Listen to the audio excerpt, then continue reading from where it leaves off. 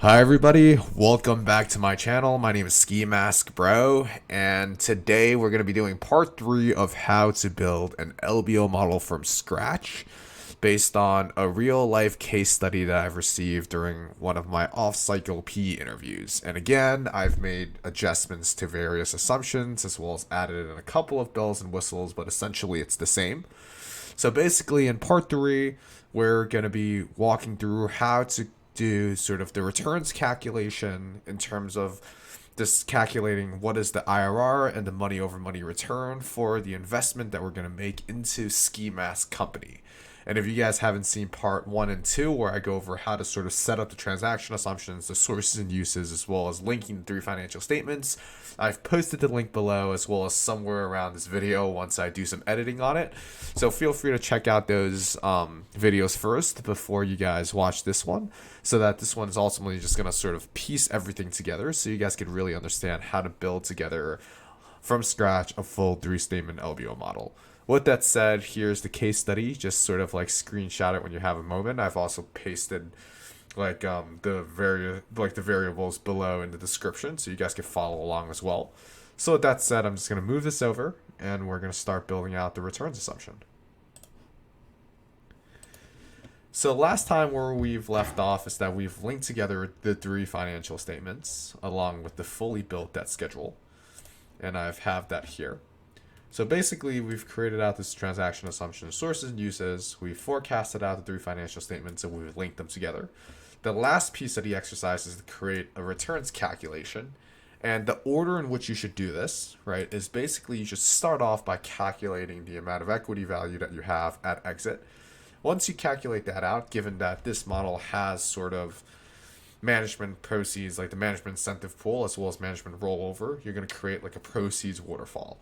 Right, so you're going to pay off the management incentive pool first because that's technically a cost of the acquisition, and then you're going to determine how much equity is remaining for both you and your management team that previously rolled over into the transaction to split on a pro rata basis. And then afterwards, you're going to calculate your sponsor returns, and then we're going to quickly create like a sensitivity table to tie everything up together.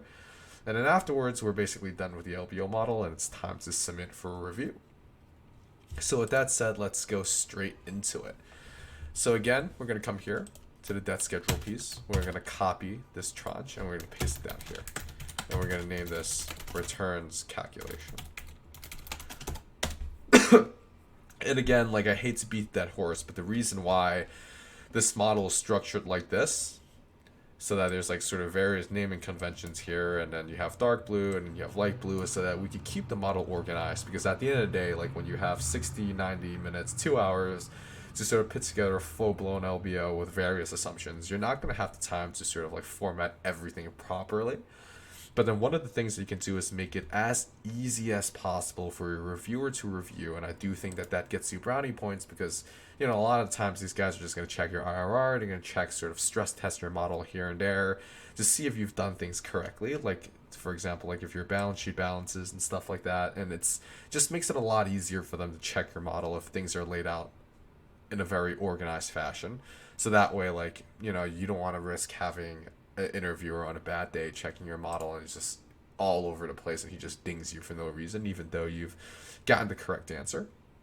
So essentially that's why we have like a lot of different naming conventions here that are relatively sort of like specific. But with that said, we're just going to go into doing the returns calculation here. So basically step 1, we're going to calculate our equity value at exit, right? So essentially under here we're going to take one of the light blue tranches. I'm going to paste it here. And then we're going to say total equity value received at exit. And excuse me for my spelling. My spelling is actually very weak. Not the greatest speller. I don't know like the I before E rule, but you know, like thank God for Grammarly as well as the checks. So so we're going to start off with sort of like the exit EBITDA times sort of your exit multiple. Oops. And then you're going to get your total enterprise value at exit. And again, like a lot of you guys are asking me sort of like how, like a lot of you guys might be wondering like how I'm just sort of just nonchalantly typing out like the various like line items here. Like I think there's two answers to this. Like the first reason is that I have an answer sheet next to me that I've done beforehand, so I'm not stuttering a bunch of times. But also the second reason is because like a lot of times when you're building out your model, right? Like I said, like you want to have like a lot of reps before you step into an interview in terms of like building an LBO within like a specific time frame. And most of the time, like you should have these memorized, right? Like once you guys do this, like build from scratch, sort of like 3 to 4 times, right? Essentially, like you memorize all of the line items in your head. So when you go into an interview, like you're just populating these like bam, bam, bam, and you're just linking the numbers. So essentially, you're on autopilot. Like you're not really spending a lot of time thinking about, oh, should I put this line item here or here? Because in reality, you already have the format in your head, and you're just populating it based on the assumptions that they give you. So essentially, you're just sort of like an AI, right? Like with an algorithm in your head, you're analyzing the data, and you're just populating it based on like the set parameters that you have already been given and you already know. So that's why it speed things up a lot. So it just takes a lot of reps and a lot of practice, but essentially you'll get there, because I think that the modeling test is actually one of the easier pieces of the interview versus like all of the other sort of behavioral sections, like behavioral rounds, and like the other sort of like more like case study technical focus rounds that you're going to have outside of like pure like practical Excel tests. But yeah, so that said, let's just add a border here, and then your exit EBITDA, you're gonna start with 2022, right? So you're gonna link upwards to sort of back to your income statement. 51.2, drag it here. And now your exit multiple is gonna be linked up to your assumption here, right? You're gonna anchor that. And I'm gonna come up here, just steal sort of the format. And then your enterprise value at exit per year. So if you're exiting at 2022, basically 1 year holding period, your enterprise value is going to be 613. If you're exiting in 2026, it's going to be 1.4 billion. And now we're going to calculate our equity value. So you're going to less your debt, add your cash, and then you're going to have your total equity value at exit.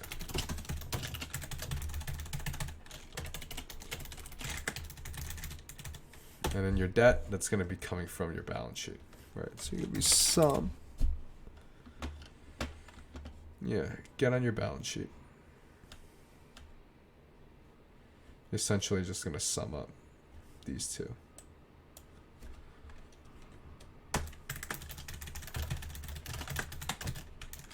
Add a negative here because you're stripping out your debt. So like the equity value formula is basically your enterprise value, subtract all of your debt, and then you're going to add back your cash. And then for your cash, you're just going to link it directly to your balance sheet, to the cash portion. So to come here, keep it positive because you're adding it. And as you can see here, like your minimum cash balance is at 10 because of cash sweep that we've built in part 2. It doesn't change. And then once your debt is fully paid off, now you're accumulating excess cash, right? So now your cash balance in 25 and 26, it's starting to go up because your actual cash payment, like of interest and principal, is going down. So now you're going to do sum. And essentially this is what you have for your exit equity value. And now we're going to come to our order and we're going to say, okay, done. We have our equity value. And now the next step, so these 4 kind of fall together, right? Building out the proceeds waterfall. And to understand, to sort of like understand like the order of priority in which you're paying out your equity value to various stakeholders of the transaction. Right? So here we know that we have a management incentive pool. So basically it's a pool of options that's created at the beginning of your transaction once you close for the management team that you've hired to incentivize them to grow your company over time.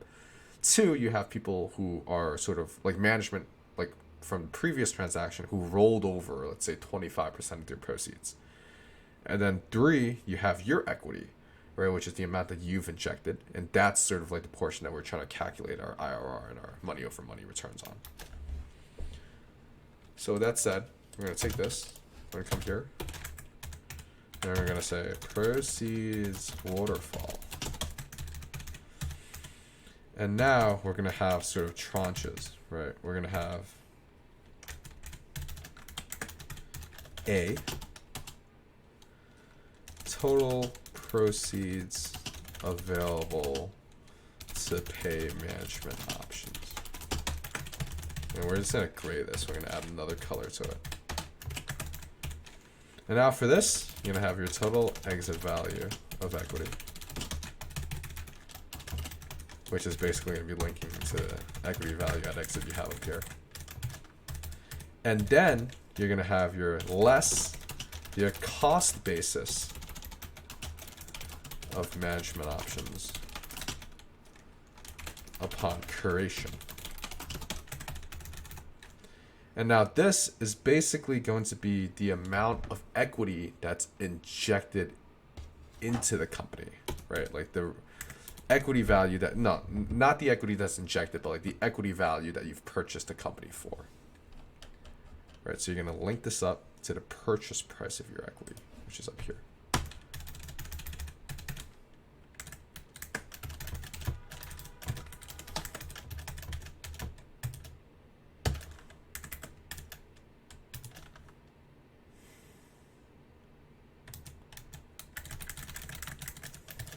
And now you're going to have your total equity value created from transaction.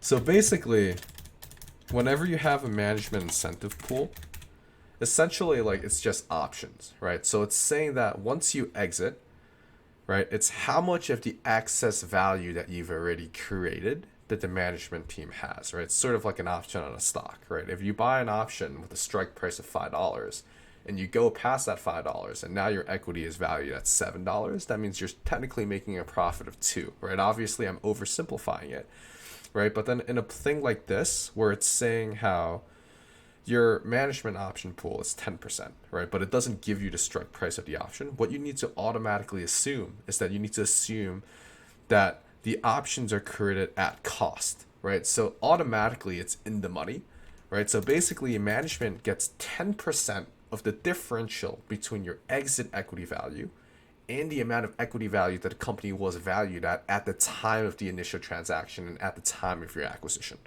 right? So basically in row 163, you have the exit value of your equity in basically whatever year we have here versus the amount that we originally bought it for, right? And now this is sort of like the value differential. And as you can see, like in 22, you're losing money, right? Like you're not generating that much. But then in 23, 24, 25, 26, as the company grows, right, now you have more and more sort of value that's being created. And management has access to 10% of this value, right? As you guys could see up here from the transaction assumptions. The management incentive pool is 10%. So basically what we're going to do is we're going to do this. We're going to do, the next line is going to be times your management option pool percentage. And this is going to be linked directly to your transaction assumptions above, which is your 10%. We're going to anchor that. So let me take this real quick. Sort of reformat this number format. And now the last one is going to be proceeds paid to management via options. And I know that these naming conventions are oddly specific. They don't need to be this specific, but I just have a weird pet peeve where I just want things to be very specific. So I just don't want people to get confused. So now this is the amount of proceeds that's paid out to your management, right? And now afterwards, so for your proceeds available to pay management options, let me just shorten this so we have more space. It's essentially going to be this, right? Your value, your exit value of your equity. You have this much money available to pay out. And now, here, you're going to do tranche B. Total proceeds available for pro rata distribution, right? So now the next tranche in your proceed waterfall is going to say, okay, now I've paid off the amount that my management has access to.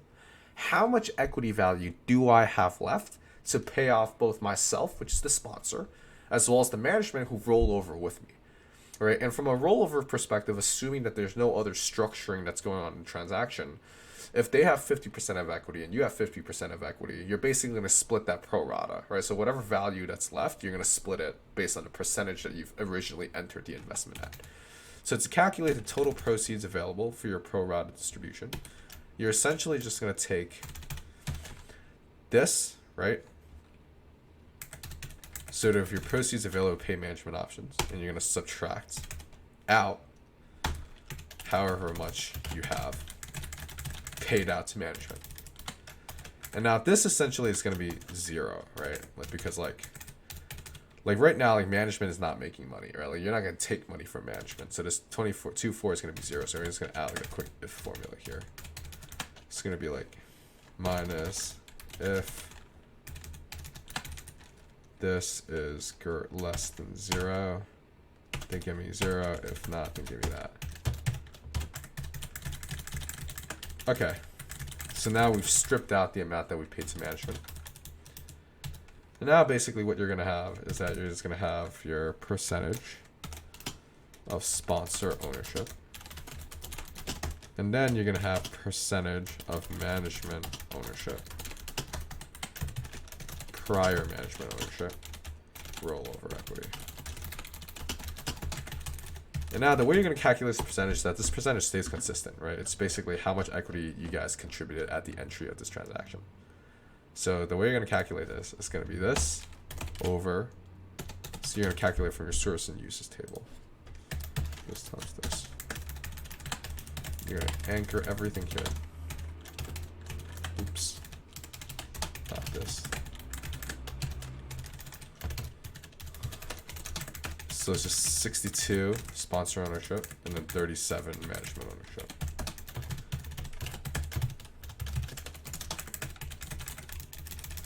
And now here you're just going to have proceeds to sponsor, proceeds to rollover investors.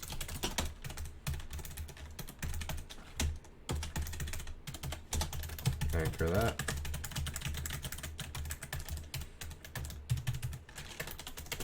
And boom, this is the amount of proceeds that that's gonna be distributed at the end of the holding period.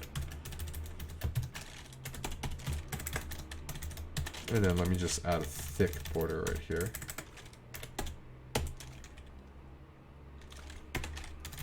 Red. Because we're trying to calculate the returns on 2026.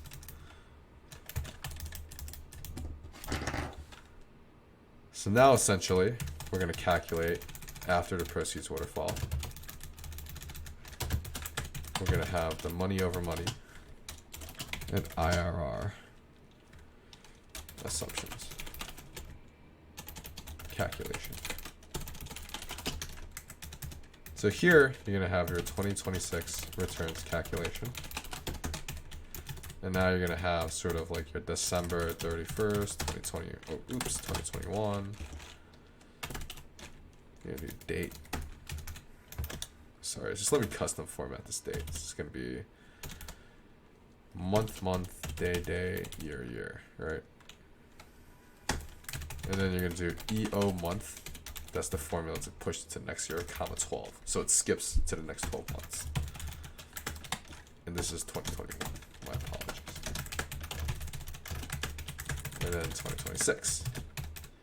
Now, essentially, your returns calculation for 2021, that's when you bought the company, right? So it's going to be negative. So it's going to be the amount that you've originally invested into the company. So your sponsor equity injection is 198, right? Like negative 198. And now you're getting basically $830 upon your exit in the next 3 years. And then we're going to calculate your money over money return and your IRR. So your money over money is just going to be this over negative that, which is 4.2 times. Very, very high.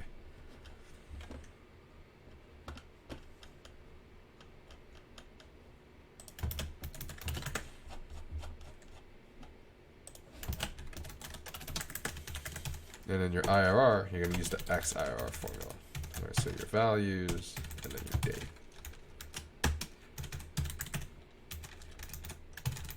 Essentially, what is this? Like a 37% IRR? 33% IRR. Okay.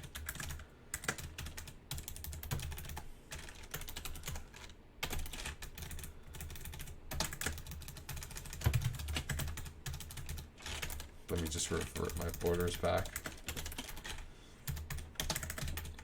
So essentially, if you invest in this company with assuming all of the assumptions that we have, ski mask company over the next 5 years based on like the management projections that you've received or the base case assumptions that we're using, you're going to make a 4.2 times money over money return over the next 5 years, which is going to equate to like a 33% IRR, which is very, very good. This is a top decile return. Very unrealistic, but for the sake of this exercise, we'll go with it. And now, basically, the last thing, or the cherry on top, is going to be the sensitivity tables, right? So essentially, let me take a look.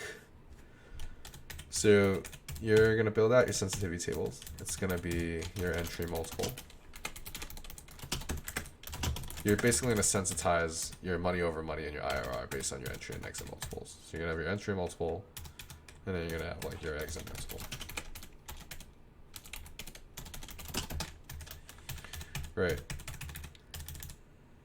So I think we're just going to do 5 by 5. It's going to be 12 right here. It's going to be equals +1, equals -1. Same thing here, 12.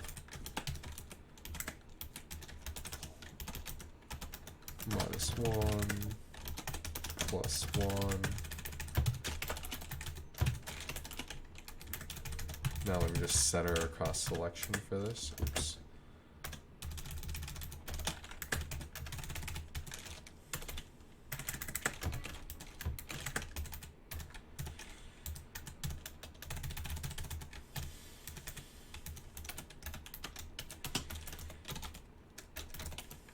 And you're going to name this table money over money sensitivity.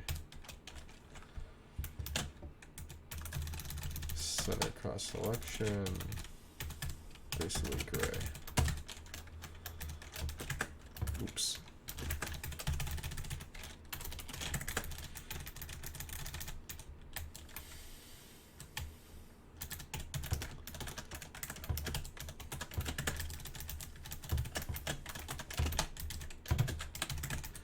And you're going to link this up here. And now, before we populate the data table, we're going to copy this format down here, exact same IRR sensitivity. And you're going to link this to your IRR up here. And now we're going to make this magically disappear. So we're going to make it white, but you need the number there. But just to make it look a little bit prettier, we're not going to show it. So now you're going to go Alt-A-W-T to open up your row and cell inputs. So you're going to come here. So your row input is going to be your exit multiple. And your column input is going to be your entry multiple. So you click OK. And now essentially, oops, let me format this number. You have your range of sensitivities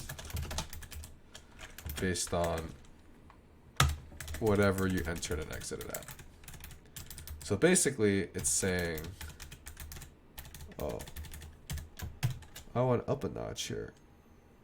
Oops, let me just delete.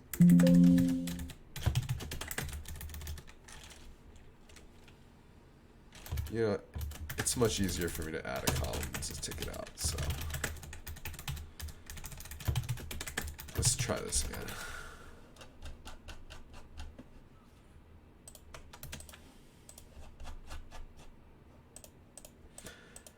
So essentially you're saying that, okay, your highest valuation point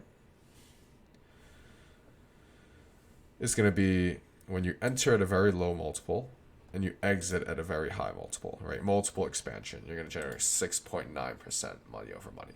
And your lowest valuation point is if you enter at a very high multiple and you exit at a very low multiple, which is multiple contraction. So this checks out, right? Like your low range and your high range. Now basically we're going to do the same thing for our IRR, and it should give us the same pattern.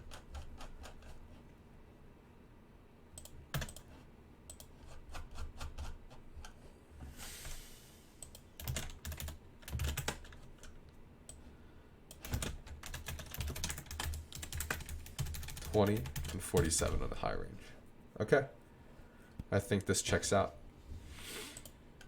And there you guys have it. You guys have a fully built LBO model from scratch, and with the sensitivity tables below, with a 4.2 money over money and a 33% IRR. So again, if you guys haven't watched part 1 or part 2, I've posted it in the description below. I've also posted it around this video once I edit it. And if you guys have any questions or comments, just comment it below. If I made a mistake and you guys caught it, comment it below. I'll definitely reflect on it. And if you guys want to see any other sort of complexities or bells and whistles, I'm happy to build upon this model. Like, for example, I saw some tests with liquidation preferences, with earnouts and stuff like that. So if you guys want to see me build that in, just comment that below. I could do it as well.